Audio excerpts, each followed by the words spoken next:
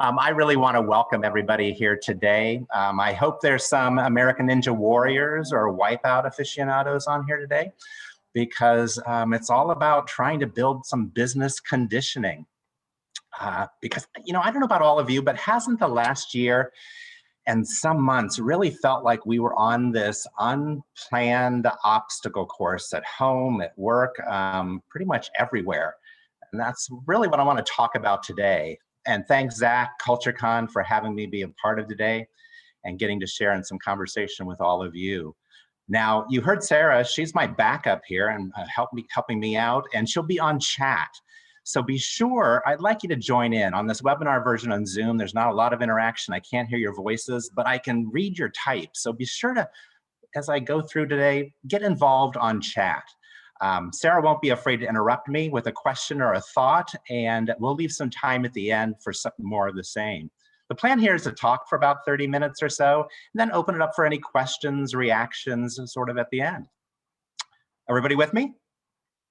All right, so what I want to do over the last 6 months, we've been working with a lot of clients that are really trying to strengthen themselves, their leadership around elements of the employee experience and cultural touch points.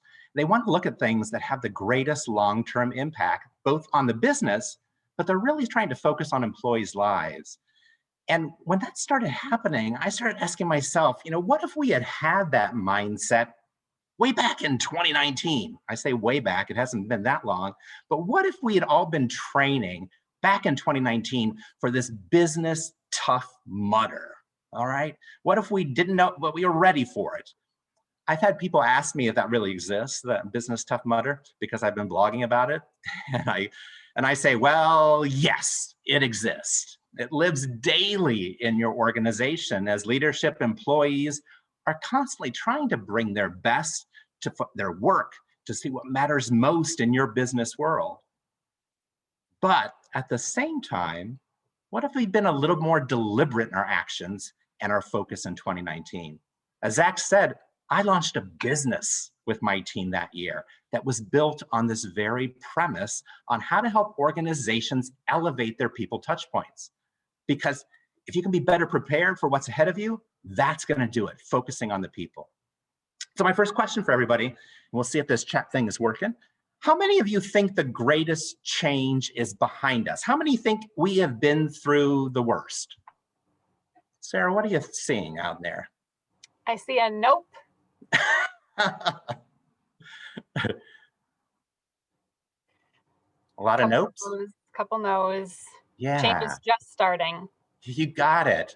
And I would tend to agree with that nope. That's a word I use. Nope, I don't think it is. And people have asked, Shawn, can we take a collective breath and relax a little bit here as we wind down 2021? And my answer is twofold there. I think we all need a collective breath. I think we deserve that. So on the count of 3, let's just take a collective breath. Help me out here, everybody. 1, 2, 3.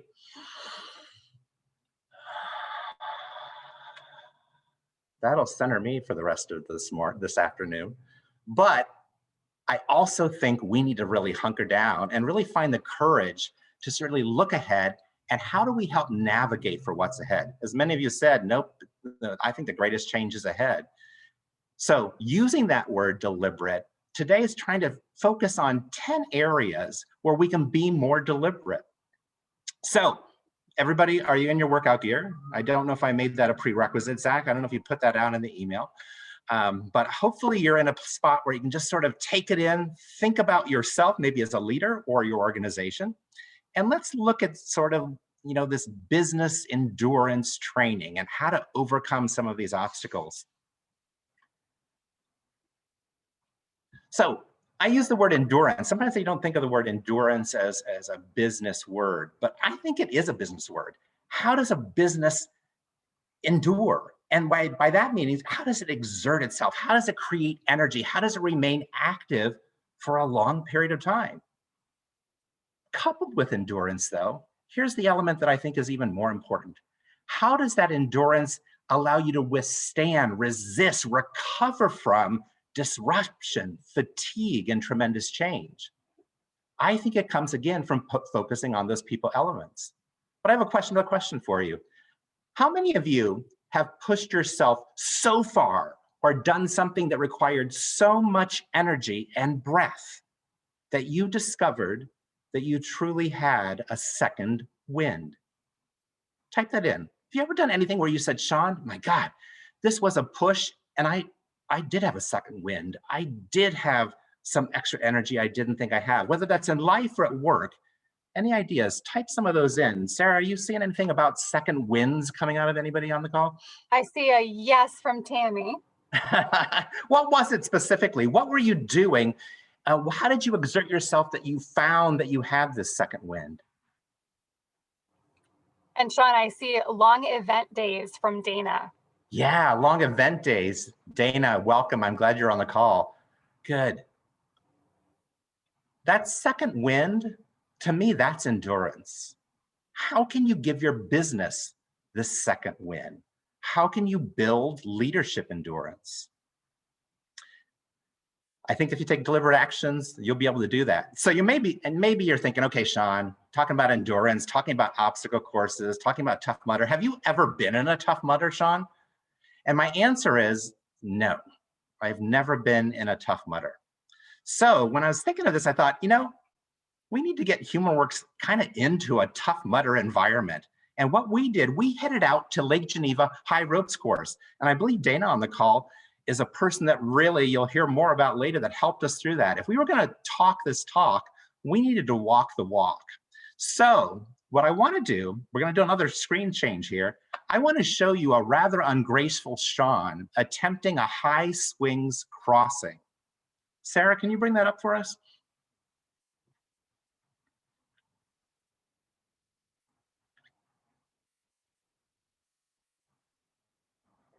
There's the first step. Now, I know it's like the Olympics, so I'm going to have you judge this in a minute, so keep watching.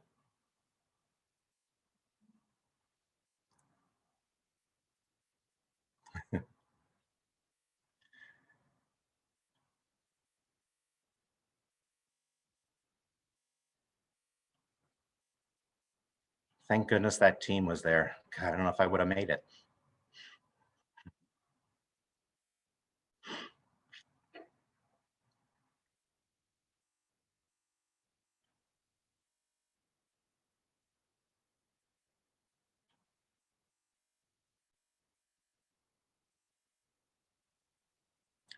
Now watch this last move, everybody. Whoa. There it is. I'm not sure that was very pretty, but it was successful. And sometimes that's all it takes for a business to win. Courage to take that first step, even if it is 32 feet off the ground on moving swings. I mean, we're talking 3 stories high there. But since we're talking about rating and looking at what business and endurance is, I think you all need to think critically of that. I want, we're in the Olympic mode. I want you all to rate me on a 1 to 10 scale, and I can take it. You're going to type it into text, and I want you to rate me on a couple things. I want you to rate me on my endurance, my skill, and then finally my grace. Be a little, okay on the grace part. How would you rate me if you were going to give me an Olympic thing on that crossing? How would you rate? Sarah, how are they doing? I see endurance 9. Ooh, Wally gives you a 6.4. Thanks, Wally. Thanks, Wally. We see an 8, a 9 on skill. Okay. Yeah. Well, that 9 on skill is a little kind. Thank you to whoever was doing that. That's pretty kind. Because I had those. Tammy, that's kind too.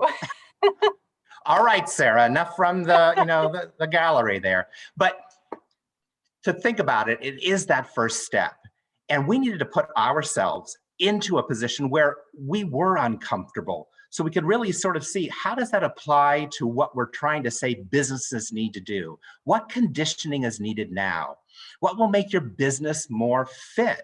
And I want to share what I believe are sort of the top 10 business muscle building actions or focus areas you should be taking now.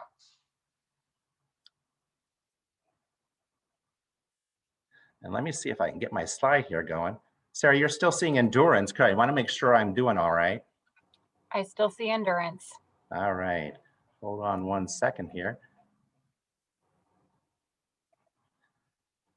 So, number one is around values, everybody. I really believe that discovering and elevating a foundation of shared values for your team members and the business and for your customers, that is where it's at. If not, you're going to fail any kind of balance test, any obstacle around that. If I hadn't seen my teams encouraging, rallying around all together faces at the end of that obstacle, it would have been much more scary and much more difficult. We were coming around how could we even value this experience for learning for ourselves, but also others. The obstacle there is, I believe a lot of organizations have undiscovered, unlived, or even dead values, meaning they're there. Maybe they're good words. Maybe they haven't even thought about them, but they haven't put them into action. They haven't brought them to life. I have a team that's passionate around our values as an organization, and we live them every single day. And did we think about these when we were up in the trees? You betcha. We were championing people by rallying each other, getting everybody word of encouragement, and some maybe arms to grab me and pull me in at the end of my swing thing. I had the sound off in that clip, but if you could have heard the authentic me trying to make light and joke about the situation, it was to relieve stress. I found it a little stressful to be up in those trees on moving swings, let me tell you. And the course experience really forced us to elevate our thinking around both what is this obstacle, but what were the opportunities we could find to do it the best way together? Whether that was across, over, under. And it took a lot of deep breathing, let me tell you, just to calm my nerves. And finally, I did take time and pause in amazement. I'm up in these trees, 3 stories off the ground, and just soaking in the wonder of the situation. But many of you may have heard me be passionate around values before. It's at my heart. But I also think you need to elevate that idea, not around business values, but your people. Have you allowed your employees to think about their values and how they align and complement your organization? Because right now, when you think about this great resignation and all this turnover going on, I think it's around values. People are realizing their values are not aligned with their work environment. Priorities are being reshuffled. So businesses that ignore this obstacle, rather than embrace it, you have to start having this conversation. If not, it's going to continue. We have been changed during this time. The discovery and then clarifying of a personal values, I think it needs to be a part of the business conversation. And if you don't, you're going to lose your talent footing. So I've done this. Here are my personal values. Stay close, nourish in nature, lead a theatrical life, escape and sense it. If I am in my day getting to do those things, I am in a really strong, grounded, good place. And you can sort of see how they complement champion people, be authentic, elevate, breathe, and wonder for my business. Have you thought about that for yourselves? How does your personal values work with your organization's values? How do they align? How do they help each other? How does that bring me into the organization? That conversation has to start happening. If it does, mutual bonds around these things will improve. That'll improve engagement. Engagement improves retention. AJ on our team has been really having a lot of these personal value conversations, and we still hear from participants how it's so helpful for them. And since I've been talking about endurance, before I leave this number 1 around values, this photo, I don't know if anybody knows where this is, but this is it's one of my days of triumph, I call it, because I made it to the top of Angel's Landing in Zion and then back down all by myself. Everyone I was with turned around. I had to do it alone. And let me tell you, all my personal core values were in action that day. Every box was checked. Values, elevate values. That's the first thing, is to build that business endurance. What's second? Well, I use something what we should think about. And I use the word think on purpose because it's building the stamina of our minds, each of us and our employees back at work. When I think of stamina, another word you don't sometimes associate with business, but it's sort of the mental and physical kind of capabilities you have to work, to get through your day, to add value. And again, you may not think of it as a business word, but I focus it on, and you'll see that on that eye, on the three parts of every human being's mind. They are necessary and critical for success. And there's a little flash there. And the way you can really champion people is to really value the three parts of everybody's mind, because we bring them to work, we bring them to play, we bring them at home. But you get the best of everyone, you avoid burnout, and you can really show true appreciation on the course, whether that's high in the trees or at work, if you focus on these. Because if you don't, you're not going to have the right person for the right obstacle. And that's the thing about understanding somebody's three parts of their mind, is that it better enables you to get the right person on the right project in the right seat. And I know all of you are in businesses where there is a variety of business obstacles or situations. Guess what? That demands the same variety of individual strengths and instincts. And here's the obstacle. I think sometimes we get caught in the obstacle of everyone's the same. We work the same, the needs are the same. I mean, it's just easier to treat everybody the same. And that's untrue. Businesses and leaders who do that, it's going to be mud pit time, let me tell you. So what to do? Well, I think you have to allow your team, allow the people that your organization, give them the freedom to be themselves, to work their way, to try to find out what that is based on those three parts. Start with cognitive abilities. What do they need to learn? What skills do they have? That's that cognitive part of my mind. Next is the affective.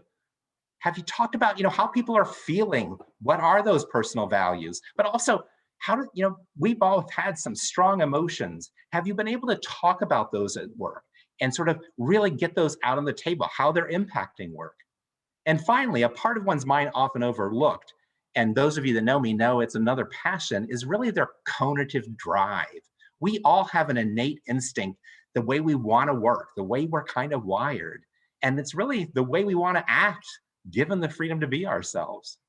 So I bet, let me ask you, have any of you had a day during this pandemic where you felt you were working against your grain, where you just really felt the rub of the day because of the work you were doing or how you were doing it? Let me see if there's any chat on it. Anybody felt that going against the grain recently? Anything in there, Sarah? Did anybody have against the grain day? Nothing yet. Okay. What I mean by that, where you just felt like, oh God, I'm just not in the zone. It just feels like the rub is wrong.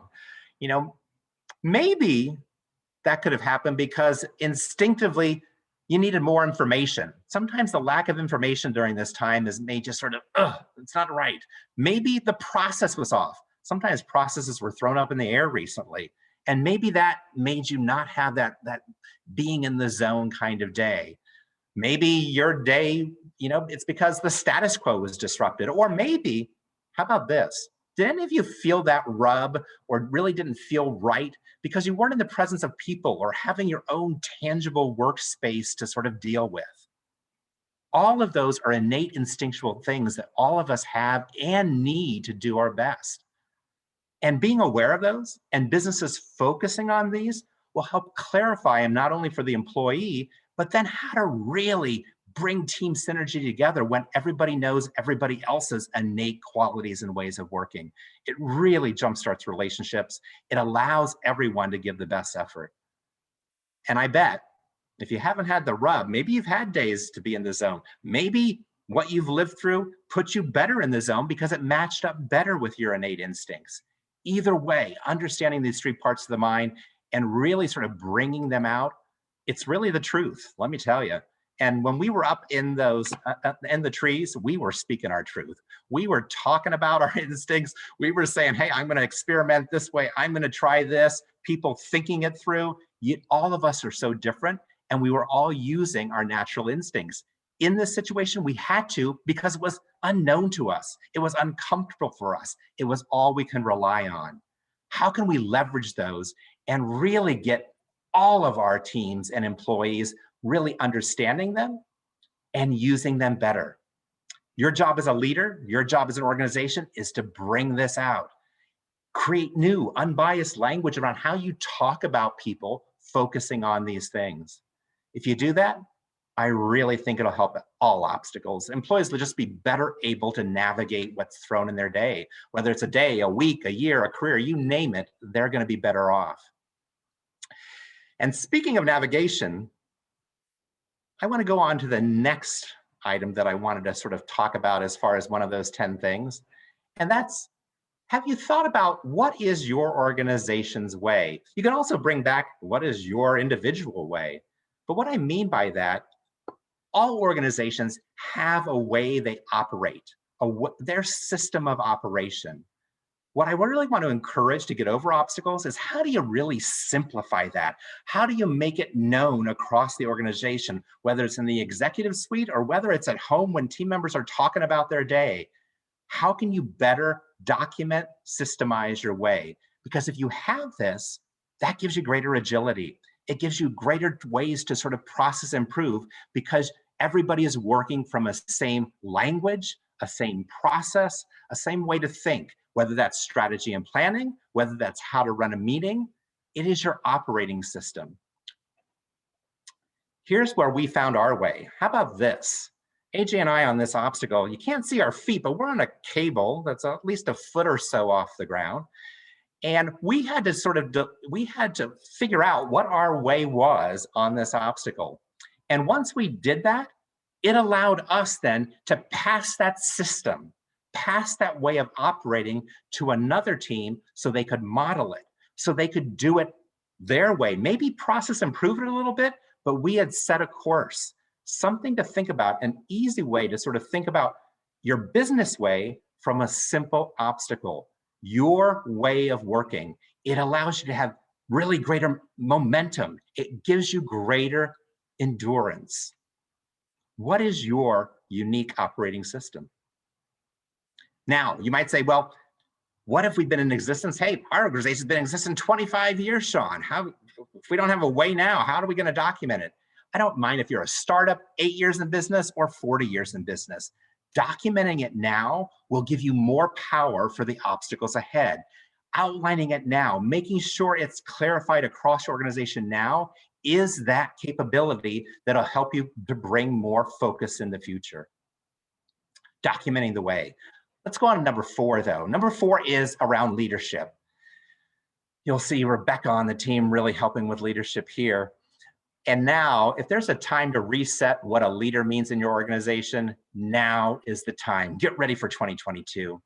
Really ratchet up. What does leadership look like? What is your model of leadership at your organization?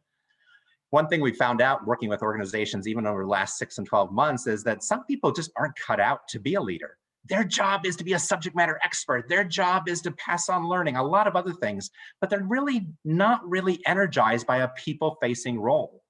If you don't have the right people that have that energy, that natural instinct to want to do that, talk about the net of turnover. And in this obstacle, Rebecca's being a leader because she is being brave enough to role model what each of us might want to try to do here. And believe it or not, it was a survival role model here. This is not anything to take, she may only be some inches off the ground, but that is molten lava below those beams. You might not be able to see it, but that's what we were told. And man, we took that seriously. May not be as high as up in the trees, but even that far, you need people and leaders that really know what the expectations are, and they're willing to go out there sort of on the beam to sort of set the course. They're also, I think the best thing in a leadership model is for a leader to take risk and then talk about what they learned, whether it was a success or whether it was a failure. I believe all of your leadership models should include what are the expectations and knowledge that leaders need to have, whether that's around human resource elements, benefit elements, how to build a stronger team, how to facilitate a great meeting, or maybe even how to be the best performance coach. The leadership model. The 4th thing to think about, how can you start over, reset those expectations of leadership? Number 5, Here it is. Everyone contributes, because communication, to me, this is the oxygen of the organization. Any success, any failure can be tied back either to really fantastic communication or to a lack of it or a miss here. You have to build what is that communication? How do you make that a priority? And our belief is that it's not owned by human resources, a leader, a team. It is owned by everybody. If you can create a community in your organization where everybody is contributing to what the messaging, the word, the ideas, the thoughts are, you're going to get closer to this everyone contributes place where you can build a strong foundation for the future. One thing I would also say, create a single point of contact, whether that's in a communication team, whether that's in a leadership team. Where is that message coming from that you can shout from team to team, person to person across the organization? When you have clear messaging, you're able to get a really good path around an obstacle. But look at here, this obstacle you see here took all of us communicating, sometimes one-on-one, sometimes team to team, because we actually had 2 different teams going on here, and then sometimes everyone as a whole. And did we have a slip up? Well, if you look at that second slide, Sarah, yeah, she's hanging on in that second picture. And I don't think that was of anything to do with what she was doing. I think it had something to do with what Rebecca and I tangling down at the bottom and communicating, because she got back up there, Sarah did, on her own, pure strength, no cable needed that way. But those below, Rebecca and I, we really had to listen well. Sometimes I just had to stop and sort of reset my communication, only to be able to hear things clearly. Each one of us had that moment on the course where maybe there was too much information or not enough information coming us to help us. That sometimes you just have to have that pause to really listen. But you also have to create a culture where people want to contribute. They want to take that pause to listen well, but they also want to contribute to add to the message. Those were learnings we had as we progressed. Many, many shapes and sizes when it comes to communication. One element, though, and we'll move on to number 6 that I wanted to mention, is around performance management, because I do think that's part of the communication process, actually, how you think about performance. I can tell you, up on the ropes course, there was no participation awards. Everybody was in it, sometimes as a group, sometimes as individuals. And I think when you have that approach where you sort of said your performance is owned by you, it's not owned by your leader, it's not owned by HR, it's owned by the individual. When you reset that expectation, I think that's a great conditioning thing for obstacles, because you'll discover those that want to rise to the next level. You'll discover those that really understand what the organization needs and want to sort of guide you there. But you'll also discover who may be weighing things down, who is not willing to give that extra effort, who's really not willing to give that second wind in order to get you there. I always say, sometimes people ask me, they say, well, Shawn, how do leaders, I was just on an interview where they said, Shawn, how can leaders better motivate their team members? And I think they were a little shocked, because I would say, as a leader, motivation is not in my job description, because I believe batteries have to be included. And what I mean by that, you can look to me as a leader for guidance, for support, maybe even for an idea, but you have to have that drive. Those have to be included.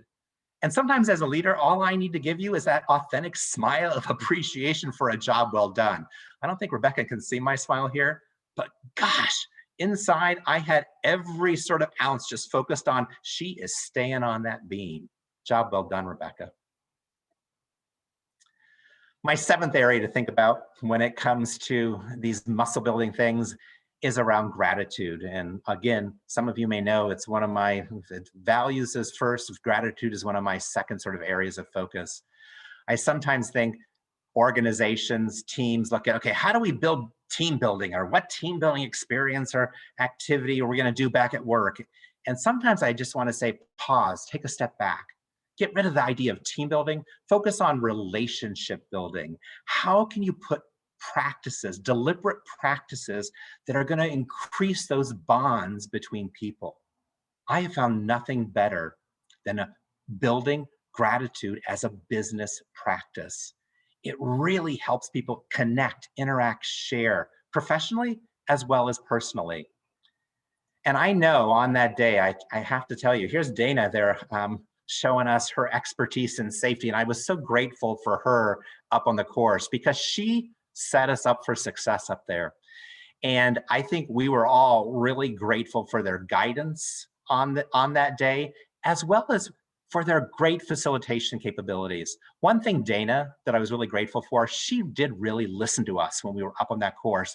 And she kind of understood who we were, how we worked, even changed the day a little bit because she heard how we behaved. That, to me, is something to really be grateful for and to learn from. If you don't have something like gratitude in your standard practice where you're sharing that, this is sort of with an abundance relationship with the high ropes people, but even back at work, without that, you're going to have disconnection obstacle. You're going to have frayed trust obstacles. Gratitude, it's just a simple place to start. And again, like endurance, like stamina, you may not think that is a business word. Make it a business word. I can tell you the impact it's an amazing impact. Well, here's Sarah. Number 8, I'm going to focus on Sarah because this is her celebrating after we finished the rope course. And after we came down and got ourselves down, one thing we realized is we were way out on this high ropes course and we got out, we thought, well, how do we get back? Where's the elevator? You know, how do they just sort of beam us down? And we thought, oh my gosh, we have to do other obstacles just to get back to that little bit of a bridge to get us home. And Sarah may be sort of smiling here. It's a good smile, but you also might know her grip. I have to sort of highlight, she's really gripping that hammock just to keep her balance in there. But that smile says it all. Because I think after really putting yourself out there, you have to understand, what do people need? Sometimes it's just a rest. Sometimes it's just a smile. Sometimes it's just a relaxing moment.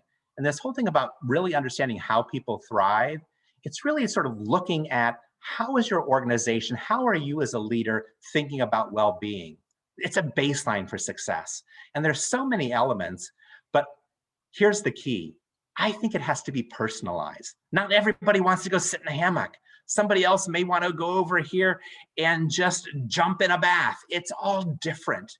And one way to sort of simplify it as you sort of build this muscle of endurance is to think about purpose, balance, nutrition, and movement. I think these 4 areas are where I think any thriving well-being program, practice, initiative needs to start. How can you build opportunities, you as a leader or you as an organization, for individuals to sort of find their way through these 4 things? How can they craft sort of their own choose your own adventure approach to their well-being? If you can get them thinking about these 4, it's going to help their business endurance. I know as HumanWorks, we use a well-being planner, and it starts with purpose to sort of say, hey, why as even a human do you want to make yourself healthier in all these areas? And a lot of times, if you can come up with that driver first, you can move to balance, whether that's financial, emotional, spiritual, whatever it might be. And then that helps really set a great foundation as far as, what do I need to do nutritionally and around movement and that physical element. As we moved through these 10 things, I think well-being, another foundational step, but I also think it's something that as you work as an organization, how can you simplify it? Sometimes I just think it's too many choices, too much. Simplify it so people can find their way through it. As we wrap the corner on these 10, I want to focus a little bit on belonging and celebration. It's another part of, I think, your stamina and your endurance that you need to increase. And action is required here, all right? And it's not going to be in a team or in a job description or in a PowerPoint. When I think about belonging and celebration, again, I like to clarify and simplify by saying, think about it as a person in small ways, small moments. Think about each word, each policy, each way you share gratitude or recognize someone, because that's where a true sense of belonging begins. And if you don't have belonging, you can't have celebration. There's no cheering at the end of a difficult obstacle if everyone feels they haven't been a part of it. Some of the things I've mentioned in those first 8 really support this building a belonging environment. If you remember back to everyone's unique, really focusing on what makes somebody natural ways of working in their 3 parts of the mind, giving them the freedom to be themselves, that creates belonging. Another thing is the wellness thing we just sort of came up with, the slide before, when you look around those 4 elements. If you can allow somebody to give them opportunities to work on those in your organization, rather than charting their course for them, because one size doesn't fit all. And around belonging and celebration, I truly believe one size doesn't fit all, but it's those small moments that start it. That's where you start to build that part of your endurance as a business. To wrap here, and then I want to open it up, as I said, for some questions. Number 10 is to connect the dots. Look at this dot to dot. I don't even know what it is. Somebody will have to tell me. Maybe somebody has a visual mind that sort of say, Shawn, it's going to turn into a picture of this. But that's not it, because there's so many dots to connect. But isn't it amazing how all these business muscle groups work together? I hope you can sort of see how some of them sort of overlap, both for strong people, but also strong bottom line business elements. You know, where will you start personally or professionally to build up this endurance and then connect your dots through? In humanworks, we focus on 8. So we only try to focus on 8 dots. You know, we think everyone's unique, everyone believes, everyone connects, contributes, everyone wants to rise, everyone wants to learn, everyone wants to focus through their purpose on well-being and thriving. And then finally, around belonging and matters, everyone does matter. To me, that simplifies that connect the dots. How can you connect these 8 people dots for yourself or your organization? Is it daunting? Yes, but use the adrenaline that's come out of this last sort of survival instinct we've all gone through to move your business. Courage needs to happen now. I know to take that first step, we sped up that video. That was a lot longer to take that first step on that swing. But I revved it up. I got it. I had to call upon it. I had to do it. And now when I think about it, I think, okay, how could I train now to do better later? What can I learn now to have done better later? What can I plan now? What practices can you elevate for yourself or your organization? Because I don't know if we know the exact layout of the obstacle course ahead, but I do know that if we work on these people elements and build our conditioning there, it's going to get us to the finish line. So to wrap, those were the 10 things I talked about. I sort of just want to open it up. And the way I want to do that, I want all of you to sort of think about whether it's you as a leader or whether it's your business. And, you know, if you looked at those 10 things, I would just love, which one sort of resonated the most? You said, Shawn, I think if I or my business focused here, it might really help us as we wrap 2021 and set us up well for 2022. I'd love to get some chat things around that. What hits you out of those 10 items? I'll let Sarah sort of get that to me. What are you seeing, Sarah, there? A leadership model from a couple people. A leadership model, yeah. I sometimes think we allow leadership to happen in organizations rather than, again, being deliberate or purposeful around it. Set what those standards are. Think about it now. And every organization is going to be unique, but delve in there. It's almost like you need to do a leadership audit. What a best time to do a leadership audit. What does leadership look like for your organization? I love that. Sarah, any others? Everyone contributes and batteries included. Gotcha. Yeah, around that communication, you know, that is the oxygen. And I can tell you for us, sometimes we did that really well up in the trees. Sometimes we were all just talking, you know, our minds were going crazy, everybody talking at once. You have to have that sort of, you know, point of here's clarity, here's the message. How do we get that out well across? And that batteries included. I can't tell you, we're working with an organization now that really has thrown out performance reviews and really just turning them into coaching and performance conversations. I love that. To me, that really focuses on batteries included. I own my performance. My leader's there to help guide me, point me to opportunities, but let me drive it. I like that. Any other ones came through, Sarah? Values and purpose is the last one that came through.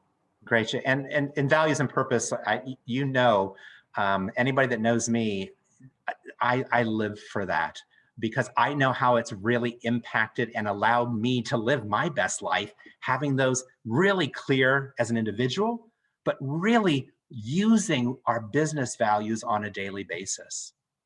Which one do you think is most difficult, either for yourself or to get your arms around? Anything come out that way? Which one, when you heard it, said, Shawn, I don't know, I need more? And all of these, reach out to any of us in HumanWorks. We'd love to talk more. I hope you can tell we're passionate about these areas. But is there anyone that you find, to me, this is the greatest challenge, either for me or our business, sort of to get our arms around? Nothing yet. Everyone's thinking. Everyone's thinking, that's all right. Oh, a couple. Okay. Freedom to be yourself. Connect the dots. Belonging. Yeah. That's a tough one. I always say organizations may have great PowerPoints or they may have a new role or position, but if they're not taking the time just to start some really small conversations about it in small groups, getting leadership aligned around the thinking, what is your organization's value that really touches that? How can you use that organizational value to emphasize what belonging means in your organization? How you want people to have that unique ability to be themselves. Again, if a whole nother presentation could be around how we use that Colby wisdom to really clarify that for people. It can really exponentially get team synergy, those relationships really building in a good way. It is a tough one though. It takes time. It takes some work to get there. Any others, Sarah, before I open it up? Yeah, everyone thrives is another one from Rebecca Martin.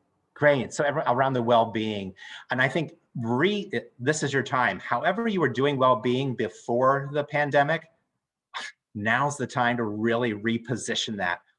Really get your team members, employees involved. What are their needs now? And they're going to vary a lot. How do you create multiple opportunities for them to sort of get involved?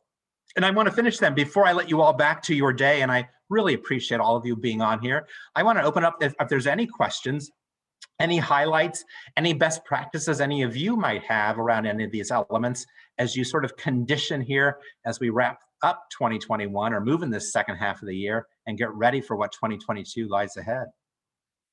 Anything come to mind? Questions for me or any other best practices anybody would like to share in chat?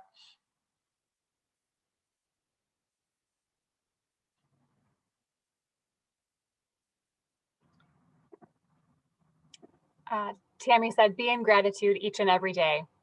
Yeah, that would be a good one for darn sure. Let me tell you, I don't let a day go by. Anything else? No questions popping up yet. All right, well, this is us. Reach out.